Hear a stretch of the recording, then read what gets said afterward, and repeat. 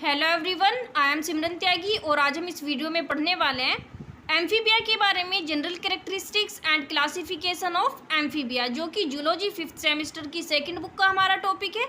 इसके पहले जो मैंने वीडियो डाली है जिसमें हमने वर्टिब्रेट्स का क्लासिफिकेशन कंप्लीट किया था, उसी से रिलेटेड ये हमारा एक टॉपिक है।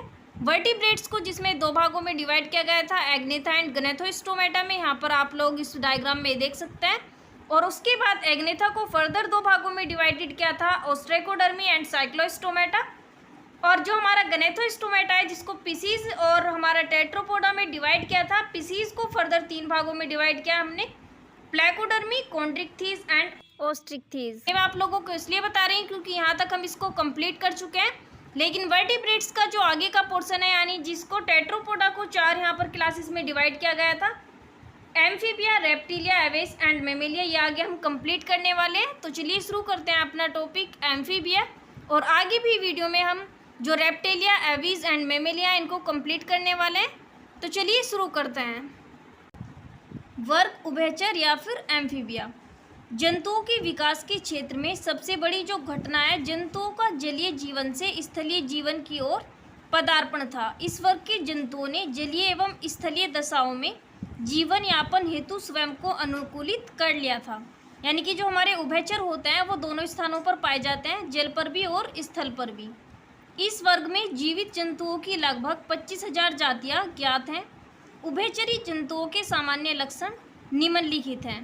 फर्स्ट होता है हमारा कि इस वर्ग के अंतर्गत उन जंतुओं को स्थान दिया गया है जो असमतापी तथा चतुष्पाती, जिनको हम बोलते हैं टेट्रापोड, होते हैं, तथा जो अपना जीवन स्वच्छ जल तथा स्थल दोनों में व्यतीत करने में समर्थ होते हैं।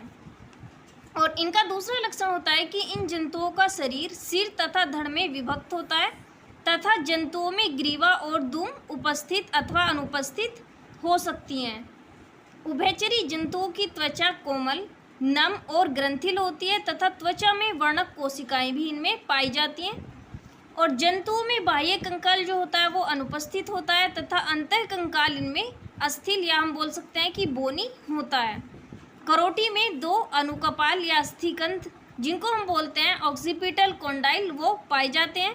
आहार नाल इनमें पूर्ण तथा अवस्कर द्वार में समाप्त होती है।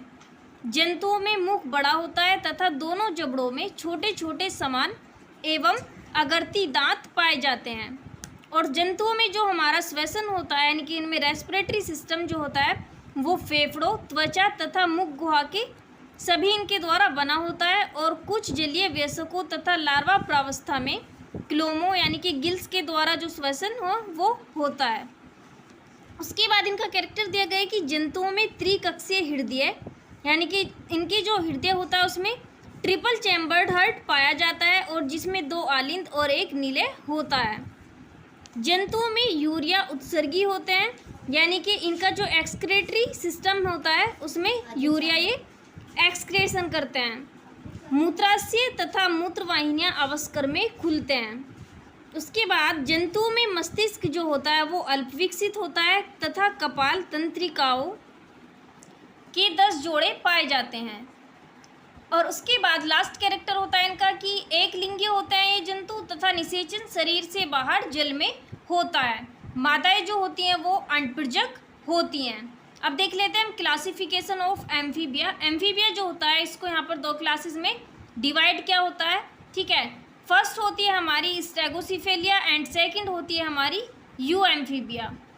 जो हमारी फर्स्ट क्लास है जिसको एपोडा और जिम्नोफोनिया इसमें बांटा गया है, और सेकंड जो है हमारी यू एम्फीबिया उसको यूरिडेला एंड एन्यूरा में बांटा गया है। तो चलिए इनकी थ्योरी किस प्रकार लिखे हैं एग्जाम में वो देख लेते हैं। जो हमारी एम्फीबिया है उसको दो वर्गों में विभाजित किया गया है। उपवर्ग जो हमारा फर्स्ट है जिसको हम बोलते हैं स्टिगोसिफेलिया, उसके लक्षण इस प्रकार होते हैं कि ये कार्बन युग के प्रारंभ से ट्राइएसिक युग के अंत तक रहने वाले लुप्त एम्फीबिया हैं, यानी कि बहुत काफ़ी पुराने टाइम से ये हैं। और शरीर पर बाह्य कंकाल अस्थिल सल्कों का होता है, यानी कि बोनी होता है, जबकि कपाल पूर्णतया अस्थिमय सल्कों में बंद रहता है। और इसके अंतर्गत सभी लुप्त गण जैसे कि लेबिरिंथोडोन्सिया, और उसके बाद हमारा है फाइलोस्पोंडाइली, व एडिलोस्पोंडाइली तथा एक जीवित गण एपोडा आता है। अब ये देख लीजिए, इसमें गण एपोडा जो होता है, या हम इसको बोल सकते हैं जिम्नोफियोना। ओके, तो ये जीवित एम्फीबिया हैं जो उष्ण कटिबंधीय देशों में रहते हैं।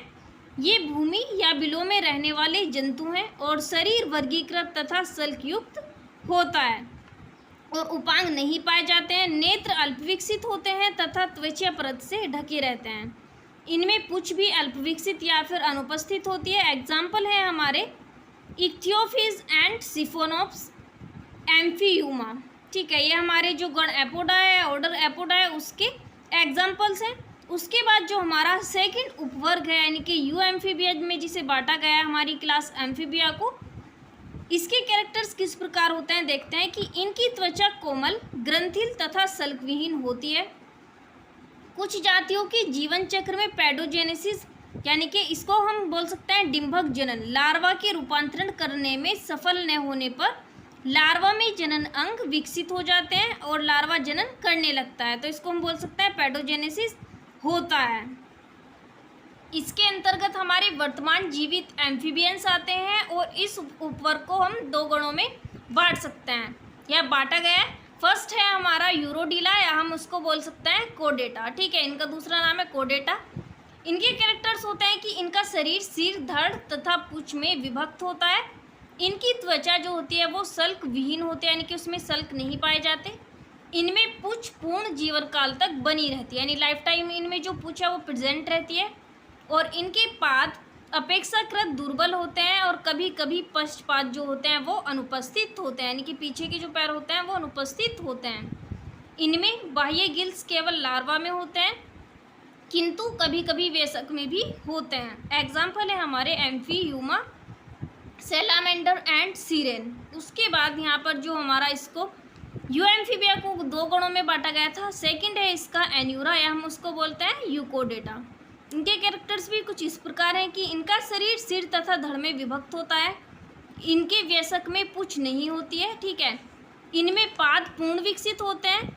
इनकी त्वचा जो होती है वो सल्क विहीन होती है और इनके वयस्क में गिल तथा छिद्र अनुपस्थित होते हैं। और इनके बाद कि इनमें कशेरुकाओं की संख्या अपेक्षाकृत कम होती है और इनके प्रोण में श्वसन फेफड़ों, त्वचा व मुख गुहा की झिल्ली द्वारा होता है यानी कि इनमें जो श्वसन होता है वो फेफड़ों, त्वचा व मुख की झिल्ली द्वारा होता है। सो ये थे हमारे क्लास एम्फीबिया की जनरल कैरेक्टरिस्टिक्स एंड क्लासिफिकेशन। और आगे भी आप लोग अपनी जूलॉजी 5th सेमेस्टर की सेकंड बुक को कंप्लीट करने के लिए मेरे चैनल के साथ ज्वाइन हो सकते हैं। फर्स्ट बुक चैनल पर मैं ऑलरेडी कंप्लीट करा चुकी हूँ, आप लोग वहाँ से जाकर उसको कंप्लीट कर सकते हैं। Thank you.